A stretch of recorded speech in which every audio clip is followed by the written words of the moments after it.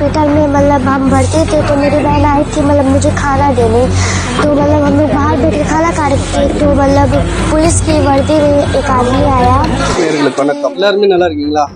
நல்லா இருப்பீங்கன்னு நினைக்கிறேன். இன்னைக்கு வந்து பாத்தீங்கன்னா மாணவர்களா இருக்கட்டும், சிறுவர் சிறுமிகளா இருக்கட்டும், பெரியவங்களா இருக்கட்டும், ஏன் நீங்களா இருக்கலாம், நானா இருக்கலாம், எல்லாருமே வந்து பாத்தீங்கன்னா பாதுகாப்பா வெளியே போயிட்டு வரோம் அப்படின்னா அதுக்கு முக்கிய பங்கு வந்து பாத்தீங்கன்னா காவலர்கள் தான். காவலர்கள் இல்லை அப்படின்னா இந்த உலகம் வந்து பாத்தீங்கன்னா எந்த அளவுக்கு பாதிக்கப்படுன்றது எல்லாருக்குமே தெரிஞ்ச ஒரு விஷயம். காவலர்கள்ல ஒரு சிலர் செய்யற தவறால எல்லா காவலர்களுக்கும் வந்து பாதிக்கப்படுது. அது மாதிரி வந்து பாத்தீங்கன்னா நம்ம இன்னைக்கு பேச போற சம்பவத்துல ஒரு காவலர்னு சொல்ல முடியாது, ஒரு அரக்கன் கூட சொல்லலாம். ஒரு சிறுமியை வந்து சீரழிச்ச ஒரு காவலர். இது எங்க நடந்துச்சு, எப்படி நடந்துச்சு, என்ன காரணம் அப்படின்றது பாக்குறதுக்கு முன்னாடி நம்ம சேனலை சப்ஸ்கிரைப் பண்ணுங்க, கூட பெல் பட்டனை பிரஸ் பண்ணுங்க. இந்த வீடியோ பிடிச்சிருந்தா மற்றவங்களுக்கு ஷேர் பண்ணுங்க.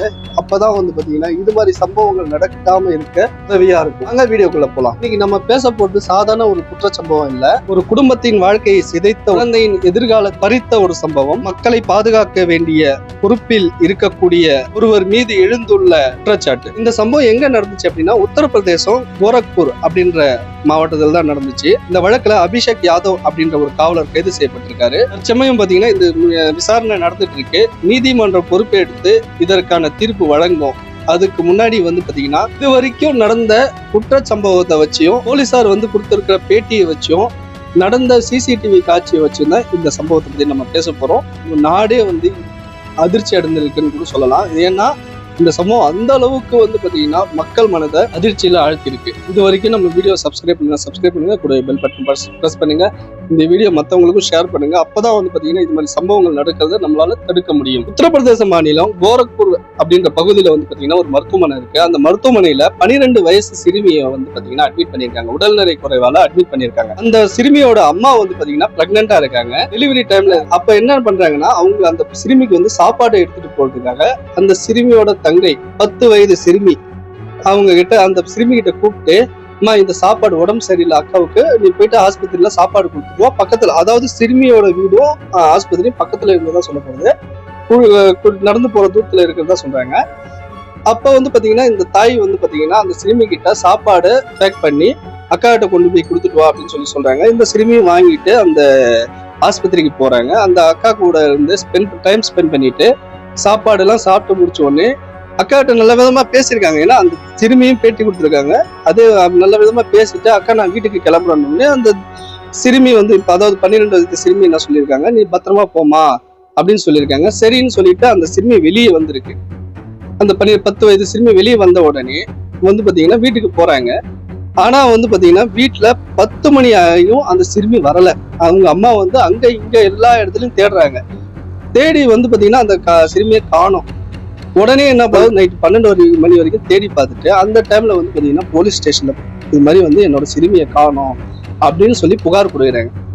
அதை வந்து பாத்தீங்கன்னா கேஸா ஃபைல் பண்ணிட்டு போலீஸாரும் தேட ஆரம்பிக்கிறாங்க.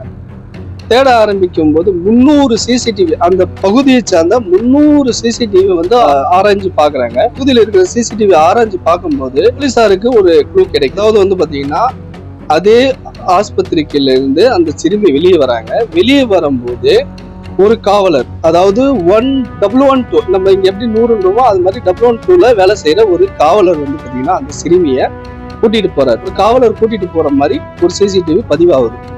அதை வந்து பாத்தீங்கன்னா போலீசார் வந்து வழக்குல எடுத்துக்கிறாங்க. வழக்குல எடுத்துக்கிட்டு உடனே வந்து அந்த போலீஸாரை தேட ஆரம்பிக்கிறாங்க. தேடி கண்டுபிடிக்கிறாங்க. கண்டுபிடிச்சு விசாரணைக்கு கூட்டிட்டு வரும்போது அந்த போலீஸ்காரர் என்ன பண்றாருன்னா கேஸ திசை திறப்பு பாக்குறாரு. கேஸ திசை திறப்பு பார்க்கும்போது முடிஞ்ச வரைக்கும் வந்து பாத்தீங்கன்னா போலீஸார் விசாரிக்க ஆரம்பிக்கிறாங்க. அப்படி இருந்தும் பாத்தீங்கன்னா அவர் வந்து கேஸ திசை திறப்ப பாக்குறாரு. அந்த சிறுமி எங்க அப்படின்னு போலீஸ்காரங்க கேட்கும்போது அவரு வேற மாதிரி வந்து நான் அங்க போகல அப்படி இப்படின்றாங்க. ஆனா இன்னொரு சம்பவம் என்னன்னா, இந்த போலீஸ்காரர் மேல ஏற்கனவே வந்து பாலியல் சார்ந்த ஒரு வழக்கு இருக்கு.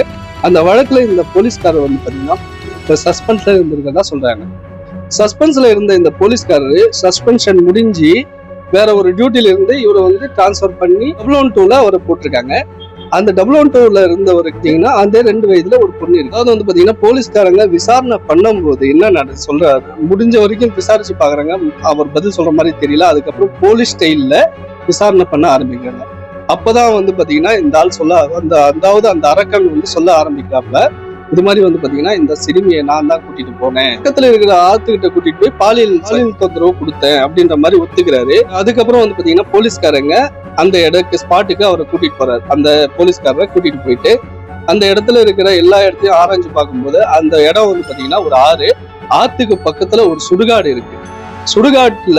அந்த சுடுகாட்டுக்கு பக்கத்துல வந்து அந்த சிறுமியை கூட்டிட்டு போயிட்டு பாலியல் வற்புணர்வு செஞ்சிருக்காரு. பாலியல் வற்புணர்வு செஞ்சது இல்லாம அந்த சிறுமியை வந்து பாத்தீங்கன்னா அதே இடத்துல வந்து கொன்னு அந்த ஆத்துல தூக்கி போட்டிருக்காரு. அதுக்கப்புறம் வந்து பாத்தீங்கன்னா போஸ்ட்மார்ட்டம் ரிப்போர்ட்ல என்ன வந்திருக்கு அப்படின்னா, அந்த போலீஸ்காரரு என்ன பண்ணிருக்காப்லன்னா, அந்த மாணவியை வந்து பாத்தீங்கன்னா பாலியல் தொந்தரவு கொடுத்ததுக்கு அப்புறம் அதுக்கப்புறம் வந்து பாத்தீங்கன்னா அந்த மாணவியோட வயிறு வந்து பாத்தீங்கன்னா கிழிச்சிருக்கு. அதே மாதிரி வந்து பாத்தீங்கன்னா கழுத்தை நெரிச்சு வந்து மூச்சு திணறி இறந்திருக்காங்க. அதனால கழுத்து நெரிச்சிருக்கலாம் அப்படின்ற கோணத்துல சொல்றாங்க. அதே மாதிரி அந்த மாணவியை திரும்ப வந்து என்ன நடந்துச்சுன்னு அந்த போலீஸ் திரும்ப விசாரணை பண்ணும்போது அப்ப அவர் சொல்ற விஷயம் என்னன்னா, போலீஸ்காரர் என்ன சொல்றாரு அப்படின்னா, சிறுமிய பாலியல் வற்புணர்வு முடிச்சதுக்கு அப்புறம் துணியில கட்டி ஆத்துல தூக்கி எரிஞ்சிட்டேன் அப்படின்னு சொல்றாங்க.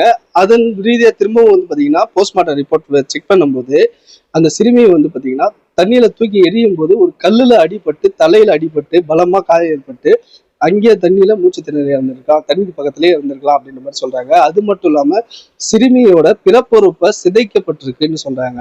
இந்த அளவுக்கு வந்து பாத்தீங்கன்னா ஒரு ஒரு குழந்தையோட தகப்பன் அப்படின்னு கூட சொல்லலாம். இந்த அளவுக்கு வந்து ரொம்ப கொடூரமா நடந்துகிட்டது மக்கள் மத்தியில கொந்தளிப்பு ஏற்படுத்திருக்கு. அதாவது என்ன அந்த போலீஸ்காரர் ஆஸ்பத்திரிக்கு கூட்டிட்டு போறாங்க. ஆஸ்பத்திரிக்கு கூட்டிட்டு வந்து அந்த மக்கள் எல்லாருமே பார்த்துட்டு அதே இடத்துல அவரை அடிக்க ஆரம்பிக்கிறாங்க. இந்த வீடியோ வந்து பாத்தீங்கன்னா இதுல கொடுத்துருக்கேன், அந்த வீடியோ முழுமா பாருங்க. அதாவது வந்து அந்த போலீஸ்காரரை அடிச்சு மக்கள் வந்து அவங்க கோவத்தை அந்த இடத்துல வெளிப்படுத்துறாங்க. அந்த வீடியோ வந்து பாத்தீங்கன்னா இன்னைக்கு சோசியல் மீடியால பயங்கரமா வைரல் ஆயிட்டு இருக்கு. நாட்டையே ஒழிக்கிற விஷயம் என்ன அப்படின்னா, அந்த சிறுமி வந்து பாத்தீங்கன்னா அவங்க அம்மாட்ட எப்பயுமே சொல்ற ஒரே ஒரு விஷயம் என்னன்னா, ரக்ஷா பந்தன் அன்னைக்கு என் தம்பிக்கு நான் ராக்கி கட்டணும், அதாவது எனக்கு தம்பி பாப்பா பிறப்பான், நான் ரக்ஷா பந்தன் அன்னைக்கு நான் ராக்கி கட்டுவேன் அப்படின்ற மாதிரி அந்த அம்மாட்ட சொல்லியிருக்காங்க. டெய்லி சொல்லுமா. இந்த சிறுமி இறந்த 3 மணி நேரத்துல ஒரு ஆண் குழந்தை பிறந்திருக்கு. அவங்க அம்மாவுக்கு ஒரு ஆண் குழந்தை பிறந்திருக்கு.